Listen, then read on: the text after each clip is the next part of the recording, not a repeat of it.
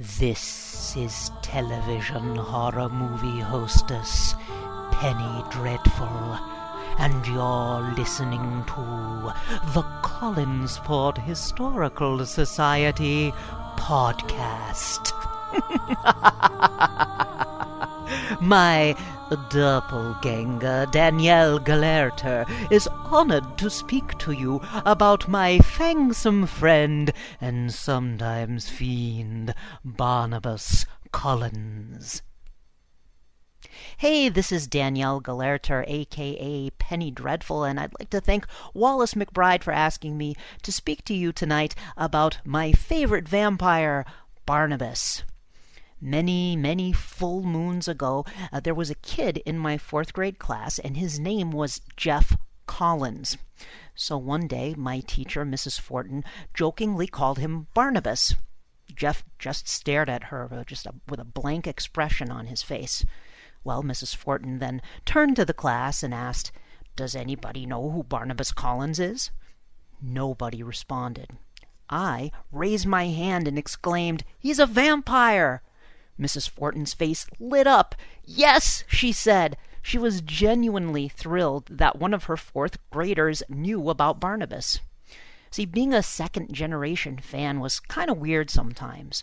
I was born 2 years after Dark Shadows went off the air, and none of my friends knew what Dark Shadows was. In fact, nobody in my school or age group seemed to know about Dark Shadows. I felt like I had been let in on some closely guarded secret when my uncle introduced me to the series. My uncle Valdemar, and yes, that is his real name, and the rest of my family came to the United States from the Azores Islands of Portugal in the 1960s. My uncle was a youngster then, and he quickly became addicted to American TV shows like The Addams Family, Lost in Space, The Monkees, and Dark Shadows. Uncle Val was known as what's come to be called a monster kid. He was really heavy into classic horror films, and he read famous Monsters of Filmland magazines. And he passed that love on to me. When I was a child, before I ever watched Dark Shadows, I knew about it because of my Uncle Val's hand-me-down famous Monsters of Filmland magazines and his Dark Shadows bubblegum cards and his plastic fangs that he used to put on to imitate Barnabas when he would try to scare me. And Uncle Val, he told me about all of these movies and these shows that he loved. And so around 1983 or so, my uncle acquired some episodes of Dark Shadows on videotape. And of course, these were grainy, multi-generation bootleg VHS tapes that had been recorded from syndicated airings of Dark Shadows.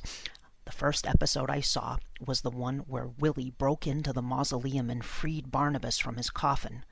And as those grainy black and white images played across the screen, I became absolutely transfixed. I was terrified and instantly, deeply hooked. Just like he did with poor Willie Loomis, Barnabas had me by the throat. There were a lot of episodes on that tape, 6 hours worth, so I had to come back on another day to watch some more. And I did. Over and over and over again. My mom wasn't entirely thrilled by this because of the nightmares I was having. Barnabas wanted to kill me in every single one, but that didn't matter. I was obsessed with watching more Dark Shadows. I kept coming back for more. Soon after, a local over-the-air affiliate, Channel 58 out of Vineyard Haven, Massachusetts, began airing Dark Shadows on weekdays. My Uncle Valdemar recorded all of those, and my little cousin Karen, who lived downstairs, often joined us for Dark Shadows viewings upstairs, and she still has fond memories of those spooky days. Channel 58 used to run the show every day, Monday through Friday, all the way into 1970 parallel time, which is where the syndicated run of episodes ended. So I was kind of left hanging at that point, but luckily I discovered Dark Shadows fandom in 1986. I remember seeing Catherine Lee Scott's My Scrapbook Memories of Dark Shadows at Walden Books, and I excitedly snapped it up. There was an address for the Dark Shadows Festival in there, so I wrote to them and received an envelope full of wonders. There were flyers for all kinds of great things, fanzines and concordances, a newsletter, record albums. Over the years, I subscribed to all of the zines that I could get, and I picked up any Dark Shadows merchandise I could find. And it was just a great time to be a fan of the show. Even though I was a second generation fan, I was discovering many other fans are all over the world, all over the country, that were into Dark Shadows through this fandom. I was probably about 13 when I got into the fandom thing, and I really dove into it head first, and I just couldn't get enough. And as a fan of gothic horror literature and films, see, by day, when I'm not wearing a witch hat and hosting horror movies, I teach college English classes, and I teach classes on Poe and Lovecraft and things like that. And so I've always been a big fan of those types of stories, which Dark Shadows, of course, borrowed from quite liberally. And so Dark Shadows was really kind of meant to be my favorite thing of all time. I never really thought of it as a soap opera, and in fact, I did not know it was a soap opera until way later. My uncle never described it to me that way. So to me, it's more akin to perhaps the Penny Dreadfuls of the 19th century, the ongoing serialized tales of terror and mystery. One thing I've noticed is a tendency sometimes to think of Barnabas as a hero, especially as the series went on. And there's a lot of forgiveness and leeway given to his early days and to his ongoing murders throughout the series.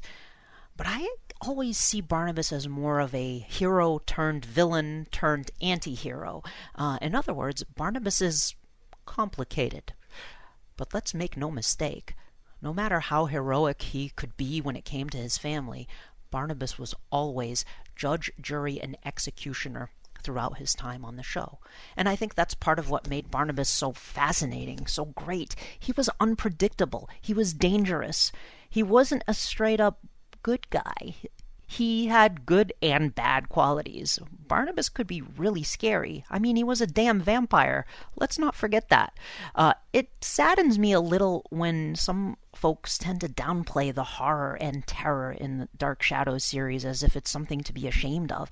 The show is very much a gothic horror series. It went from being a mysterious gothic romance to being a full-on gothic horror fest, removed from the rest of the world, just like traditional gothic horror stories are, where the castle is separate from the rest of the town. The outside world doesn't really exist in Dark Shadows. Perhaps I should call it terror, as perhaps Boris Karloff or Anne Radcliffe might call it. And so I've digressed quite a bit here. I raise my goblet of hemlock brew to you, Dark Shadows, and to Uncle Valdemar, who can still do a mean Barnabas Collins impression. Have a excellent evening.